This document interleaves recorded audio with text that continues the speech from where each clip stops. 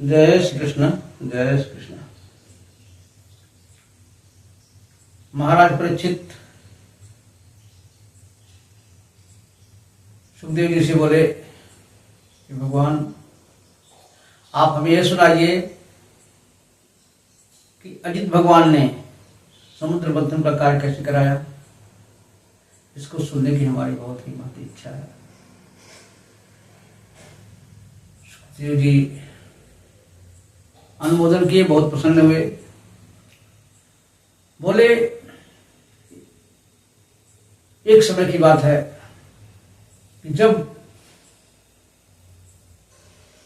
दैत्यों और राक्षसों का मनोबल, शरीर बल बहुत ज्यादा बढ़ गया था, तो वे युद्ध में देवताओं को बहुत बुरी तरह से पराजित कर दिए। अब कुछ लोगों को तो अपने तीक्ष्ण हथियारों से इतना घायल कर दिए कि वो फिर पुनः खड़ा होने की स्थिति में नहीं थे। और उसी समय दुर्वासा जी के श्राप बस इंद्र को श्राप दे दिया था। इस कारण से जो है वो पूरा त्रिलोकी और सारा देवलोक एकदम से श्रीहीन हो गया। अब सारे देवता लोग विचार करने लगे, लेकिन विचार करने से उनके मन में कुछ जो है बात स्पष्ट नहीं हुई क्या किया जाए। तब सभी लोग भगे भगे ब्रह्मा जी के पास गए। अब ब्रह्मा जी उनकी समस्या को सुने, लेकिन ब्रह्मा जी इस समस्या का समाधान नहीं कर सकते थे। तो कहे कि अब हम लोग चलते हैं नारायण जी के वैकुंठ धाम चलते हैं और उन्हीं से इसके बारे में कहा जाए, अपने वो हम लोगों का कष्ट दूर कर देंगे, क्योंकि करने में सब समर्थ हैं। तो पहुंच गए वैकुंठ धाम। वहां पर ब्रह्मा जी और शिव जी के अलावा अन्य देवताओं को तो कुछ दिखाई नहीं पड़ रहा था, एकदम सब खाली खाली खाली खाली। तो अब ब्रह्मा जी बहुत ही जो है भगवान की आराधना किए।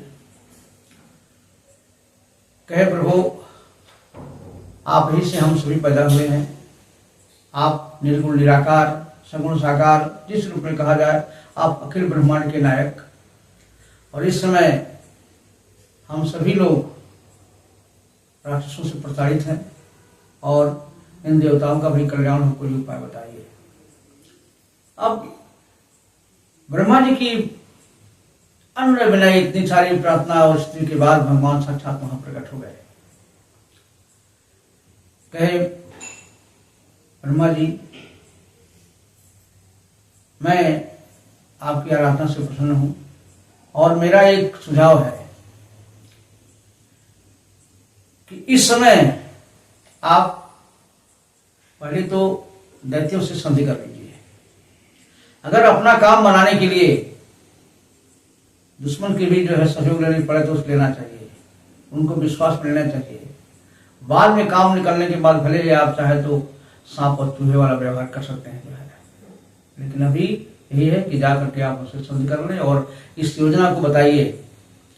तो अब सारे देवता जो है इंद्र के साथ वहां गए। अब दैत्यों के सेनापति ने देखा, अरे ये देखिए ये तो बिना कोई हथियार से चले आ रहा है। तब उनके मन में हुआ कि बस इनको बांध दिया जाए। लेकिन राजा बलि जो है बोले नहीं। बलि तीनों लोगों को जीत चुके थे, वो समझदार थे। कहे कि ऐसा है तो सुना जाए उनकी बात। तो बताए, मंत्रणा किए और ये बात राजा बलि को जो है प्रसन्न आ गई।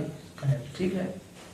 तो संधि हो गया दोनों में और दोनों दैत्य और दानव मिलकर के समुद्र मंथन करने को तैयार हुए। अब कैसे होगा? ये क्षीर सागर में हुआ था। तो मंदराचल पर्वत को बनाया गया अथानी और बासुकीनाग को नेत्र बनाया गया। तो बासुकीनाग को ये देवता लोग पटा दिए। कहे कैसा है कि जब निकलेगा तो हम आपको भी दे देंगे, तो आप भी जो है उससे अमर हो जाएंगे। तो बासुकीनाग मान गए।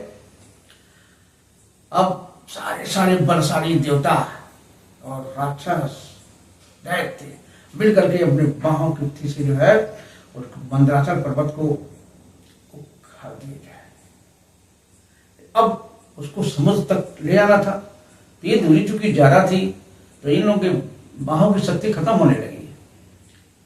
तो भगवान देखे बहुत परेशानी में लोग पड़ गए, कई कई तो उसी के नीचे दबते जा रहे थे। तो भगवान उनके ऊपर अहेज कृपा करते हुए गरुड़ जी पर बैठा करके मतलब आए और मंदराचल को रख लिए उनकी पीठ पर और ला करके एकदम समुद्र किनारे पर छोड़ दिए।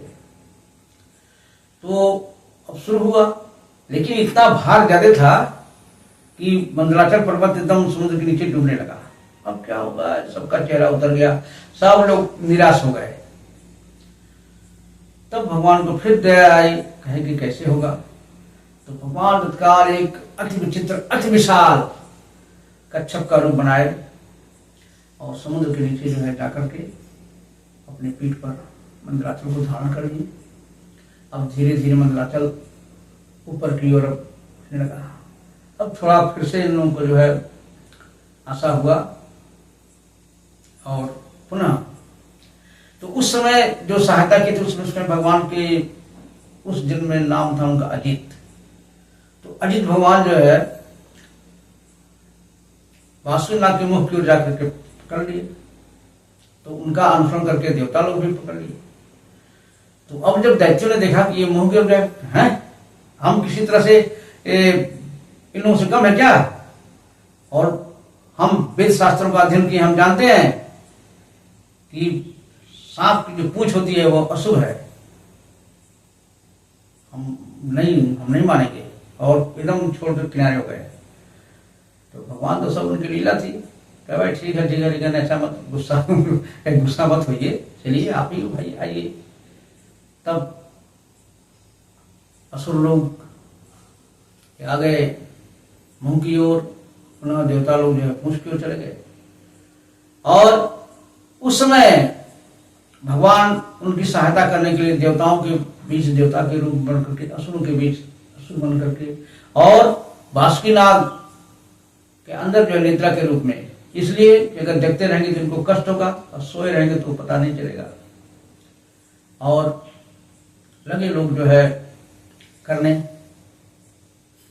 तो अब इतना बार बार घुमाने से बासुकीनाग की जो है जो हजारों फण है जो है उसमें से जो है आंखों से अच्छी जो है विष की ज्वाला लगी निकल गई। अब वो इतना गर्म था कि सारे राक्षस जो है तो एकदम से कोयले से काले हो गए, और उसका असर देवताओं पर भी पड़ा। देवताओं लोग भी जो है अपनी आभा को खो दी, उनकी भी जो है जो सुंदरता थी क्या होती रही। तब करते करते लेकिन कितना करने के बाद भी देख रहे हैं कि कुछ नहीं। अब बहुत लोग निराश हो गए। तब भगवान खुद ही जो है कर लिए और अपने बल से जो है मंदराचल का ये मथाने को चाहने लगे। अब इतना गति बढ़ गया कि जलचर सारे समुद्र के जलचर वो घबरा करके सब लोग ऊपर आ गए। और इसके बाद जब बहुत हलचल हुई, उसके बाद से समुद्र के अंदर हलाहल नाम का विष निकला। अब वो हलाहल नाम का विष एकदम इतना गर्म था, पूरे लोगों को जलाने लगा। अब तो हाहाकार मच गया, वो फैलता जा रहा था चारों ओर। अब क्या हो, अब सभी प्रजापति लोग देवता लोग कैसे होगा। तो कहे चलते हैं जय शिव जी के पास, वही समस्या का समाधान करेंगे। और हाथ जोड़ करके कैलाश पर्वत पर सती जी के साथ बैठे हुए थे, तमाम ऋषि लोग उनकी सेवा में लगे हुए थे। कहे जगदाधार, आप ही से सारा ये विश्व है, आप ही सबकी सृष्टि करता है, सबकी रक्षा करने वाले हैं प्रभु। इस समय सारी प्रजा बहुत ही दुखी है और हम लोगों को सुखी करने का प्रयास करिए। तो जो शिव जी हर हमेशा सबके कल्याण के लिए तपस्या करते रहते हैं, उन्होंने सोचा कि नहीं तो वाकई बहुत ही कष्ट की बात है। और तब सती ऋषि बोले, सती देखिए मैं जो है ये ग्रहण करूंगा और इससे सारे लोग संतुष्ट होंगे। तो सती जी ने मन ही मन उनका अनुमोदन किया और लेकर के शिव जी हाथों में सारा शराब वो फलाहल लेकिन इस कालकुल विष ने उनको भी नहीं छोड़ा। ये धारण करने से उनका गला एकदम नीला पड़ गया और नीला पड़ गया तभी से शिव जी का एक नाम हो गया नीलकंठ। अब जो कुछ अंगुलियों के नीचे से बचा था उसको जो है सांप बिच्छी जैसे वनस्पतियां सबने पी लिया और इस प्रकार ये समुद्र मंथन का प्रथम उत्पाद कालकूट विष शिव जी पी गए और इसके बाद से सारे त्रिलोकी के लोग शांत हुए। आज की कथा ही समाप्त है। जय श्री कृष्ण, जय श्री कृष्ण।